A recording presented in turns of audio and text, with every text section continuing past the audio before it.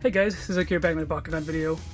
This time we're taking a look at one of the starter packs for Pyrus Trunkanious. So this is an older set, you can see it's still Battle Planet. This isn't Armored Alliance or anything.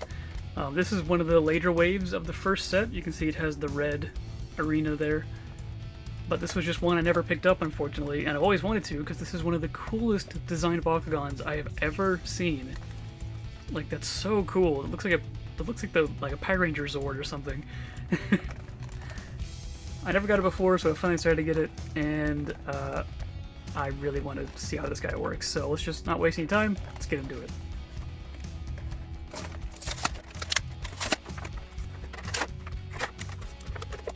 First off, let's look at the cores. We got a shield for -100. Green Fist for +100, and Darkest and Pyrus get +3. A Mystic Shield for 650, that's the one everyone wants. Regular Shield for Aquas and Ventus get +400. Flaming Fist, I feel like I don't see these a lot anymore, for +6 damage. And then a Helix Core for -3, -1. And then we'll check out the cards. Checklist and rules, as always. And then I don't know who the other two are, so apparently we got Phaedrus. I don't have one of those yet, so that's cool. Flaming Fist Helix, 305, and it lands on a Flaming Fist +300. Fade Ninja, I don't think I have him either, actually, and he's Aquas, that's awesome. 2 shields for 602. And then Trunkanious Ultra. You got a Mystic Shield and a Fist, 301 when you play a Pyrus card +2 damage. Pretty interesting. And then for the ability cards, we got Ninja Gear, 0 to just retract one of your open Bakugan. Then I'm sure there's some niche things that works in. Hypno Flash, 5 energy for +700, and then you can draw 2 cards and discard 2 cards. That's really good in the Darkest deck. And then Gaia Force, 4 energy, each player may energize the top card of their deck uncharged, and then Auralist Power, if you have an Auralist on your team, also energize this uncharged. So if you have Auralist, just get 2 energy. Pretty cool, actually. Alright, so let's save the cool guy for last. Let's look at these guys. So let's check out Phaedrus first. Really cool design. She's kind of like a Eastern Dragon kind of design, so it's got all of these kind of scale patterns on her.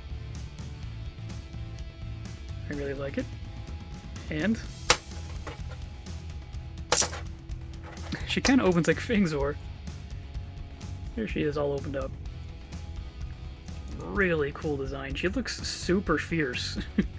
Like I don't think you could open this up and say, "Oh yeah, that's a really nice sounding like female in the show." Which is apparently she's the voice actress for Runo, if I remember, which is pretty cool. I love those designs, kind of flame designs. And she doesn't have feet back here or anything as far as I can tell, there's no manual parts. But that is really cool Eastern Dragon design, I love it. Oh, there are B powers up there too. Alright, then we got Fade Ninja. This is one of Shun's like first Bakugan he gets. And I don't think I ever actually got a figure for it. Pretty interesting little ball design. And then if we open him up, he stands straight up. And there he is. Oh, he does have manual parts. He's got little arms that come down. This really reminds me of like a Gundalian Invaders Bakugan, because they're like all humanoid. Really cool. His head is kind of, you can kind of see his mouth down there. Kinda, you can barely see his mouth, otherwise just this big piece. Really chunky and fat for a ninja, but I like it a lot actually. Oh, stand up.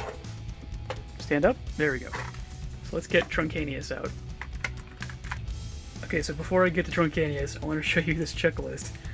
I remember seeing this a long time ago, but this is one of like the early like prototype checklists, because we just have Triceratops there for Ultra Trino. What else is on here? We just have Golem instead of Goreem. I think a lot of these like didn't actually even come out, right? Like, did Zentauri ever come out? I don't even remember. Cyclops instead of Clopter. Is there anybody else? No, that might be it. Yeah, I don't know what happened with this. Instructions work though. And speaking of, here he is.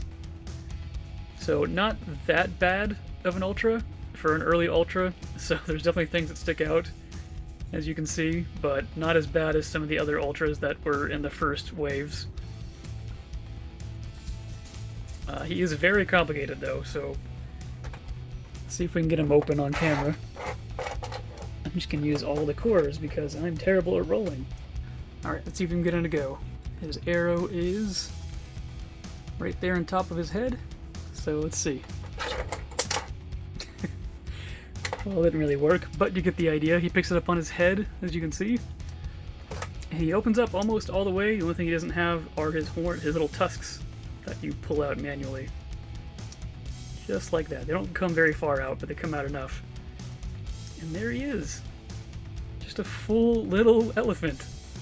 How crazy is that? He's got his full trunk here. See his eyes there. He's got his tusks, his big ears, his entire body. His body kind of folds up a little bit to fold it into the ball, and then actually expands as he opens to give him more some size. I just can't believe, like, this is one of the coolest just engineered things I've ever seen. I love how this looks. He is complicated though, so to turn him back, you can put his tusks back in. Just fold up like that. Come on. There you go. And then you really need like 3 hands to do this. And to fold his legs in, at the same time you're collapsing this, you're going to rotate it all the way up. And then his ear will kind of tab into that, as you can see. So like that. And you have to hold it there. And then while you're holding that, come to the other side and do the same thing. It's really hard to show on camera for this guy. He's really difficult. There's probably an easier way to do it, but I haven't figured it out yet. I'm just doing what the instructions say. So get it in there like that. Kinda. Maybe. There we go. Well, now the top's out. Yeah, see what I mean? Focus. There you go. Alright, so now while you're holding both of those in, you have to use some other piece to fold the trunk all the way around. And while you're holding that, close the top. And maybe you can get him to close. You just get everything back the way it's supposed to be. There you go. I had to do it off camera to get it all closed, but you can see he's pretty complicated to close, but it kind of makes sense because this is one of the craziest designed Bakugan I've ever seen. Let's try one more time, see if we can get him to do the full flip actually on camera.